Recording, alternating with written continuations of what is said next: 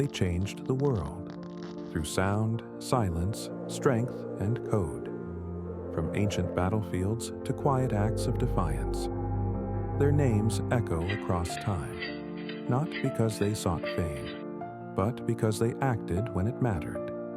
A composer who defied silence, a general who became a president, an inventor who dreamed in lightning, a woman who sat and stood for millions, a coder who whispered in the language of machines, and more.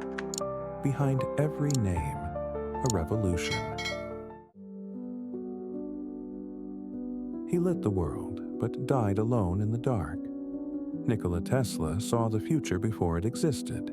He dreamed in electric storms, visions of wireless power, energy that danced invisibly through the air, a mind unshackled, unbent. But genius has a price. He was ridiculed, robbed, and forgotten. Thomas Edison took the spotlight. Tesla took the silence. In a New York hotel room surrounded by pigeons, he whispered his last thoughts to the walls. No medals, no riches, just a heart still humming with voltage. But not all revolutions are born in labs. Sometimes it starts on a bus seat, with a woman who refused to stand.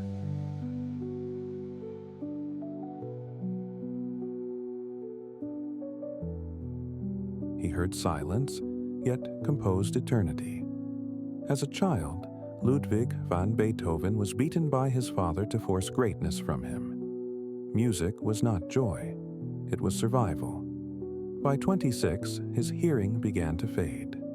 Imagine that. Your soul speaks in sound, but your body stops listening.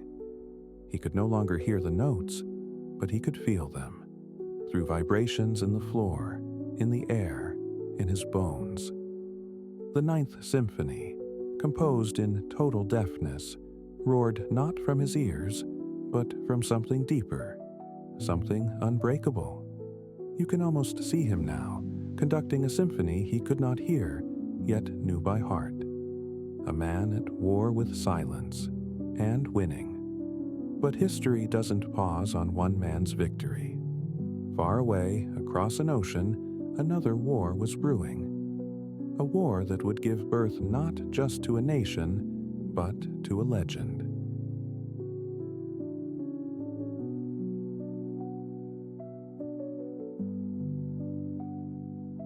He didn't want power. That's why he was trusted with it. George Washington stood in the snow, watching blood freeze on the boots of starving soldiers. The revolution wasn't glorious. It was brutal, cold, and uncertain. Yet, through betrayal, despair, and near defeat, he held his army and his soul together. When victory came, the people offered him a crown. He refused, twice.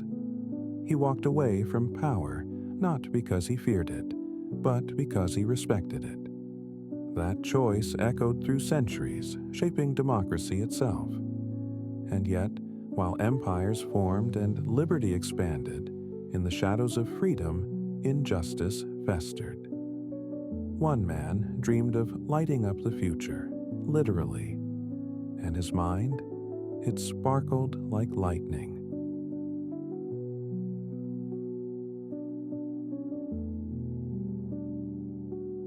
One seat, one refusal, one moment that cracked a system.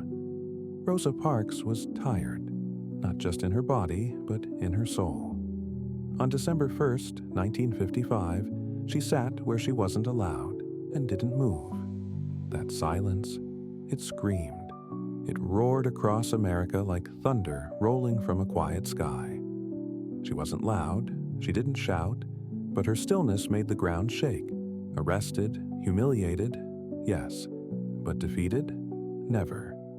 That moment on the bus was a spark, and from it rose the fire of a movement.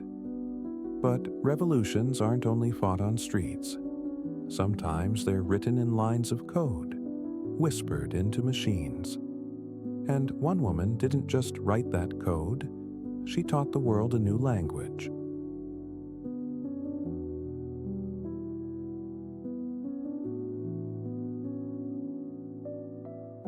She didn't break the system, she reprogrammed it. Grace Hopper stared at a wall of wires, punched cards, and silence, and saw language. Not the language of poets, but of machines. She created the first compiler. She made computers speak. While the world saw cold circuits, she saw rhythm, flow, and infinite potential. They called her Amazing Grace, and she earned it, not through miracles, but through logic, precision, and rebellion against "we've always done it this way." When men said, "computers are for men," she answered with brilliance. But code and commands weren't the first forms of resistance. Before her, there was a rebel who didn't write his destiny.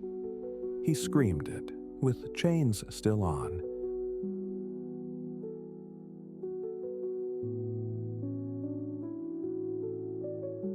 He was born in chains. He died in legend. Spartacus didn't want war. He wanted freedom. But Rome gave him blood, lashes, and slavery. So he rose. Not as a conqueror, but as a man who'd tasted injustice too deeply. With gladiators by his side, he turned the empire's arenas into battlegrounds. They called it a rebellion. He called it a beginning. For 2 years, he shattered legions, stormed cities, and dared to challenge the gods of power. In the end, he was crucified, but not forgotten, because true rulers aren't crowned. They rise, even when kingdoms fall, and one would soon rise, not by sword, but by legacy.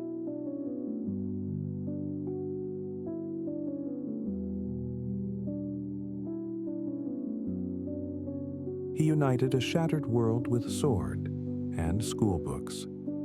Charlemagne was not born a legend. He built himself brick by brick. As Europe splintered into chaos, he forged an empire not only through war, but through wisdom.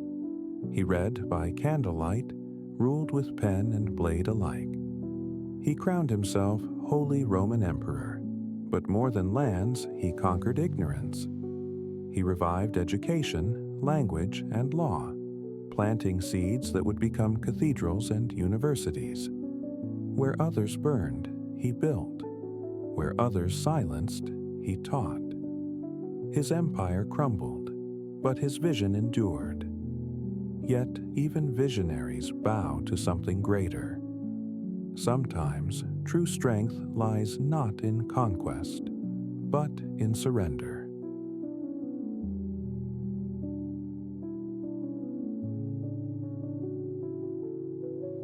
He began as a butcher. He became a beacon. Ashoka spilled rivers of blood to claim his throne. His empire stretched farther than any before him, but the screams haunted him. After one battle, as he stood among corpses, he felt nothing but shame. That was the moment everything changed. He renounced violence, embraced Buddhism, and dedicated his reign to compassion. Roads, hospitals, peace treaties. His legacy was kindness.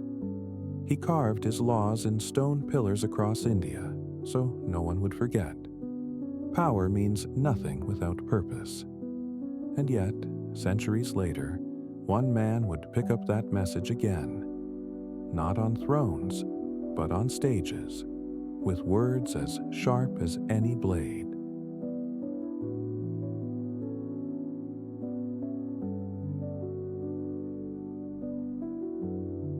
He escaped his chains, but never stopped running toward justice. Frederick Douglass was born a slave. He taught himself to read in secret, whispering letters into the dark. Books became weapons. Words became armor. He escaped, but never turned his back. He spoke like fire, his voice shaking halls, echoing through power. Presidents listened, crowds wept.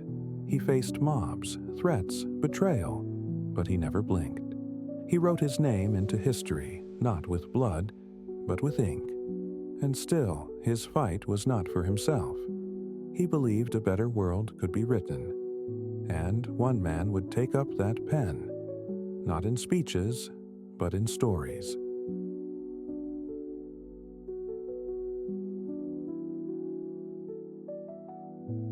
He wrote empires, then walked away from them.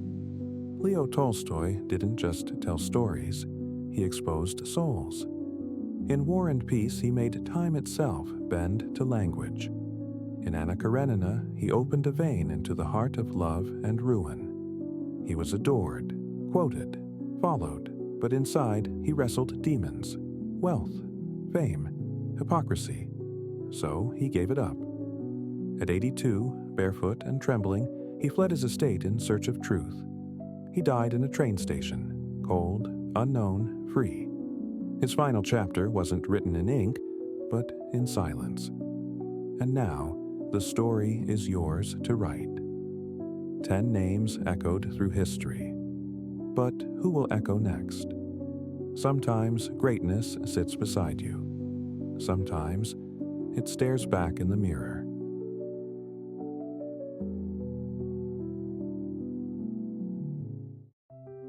These lives remind us that greatness isn't born.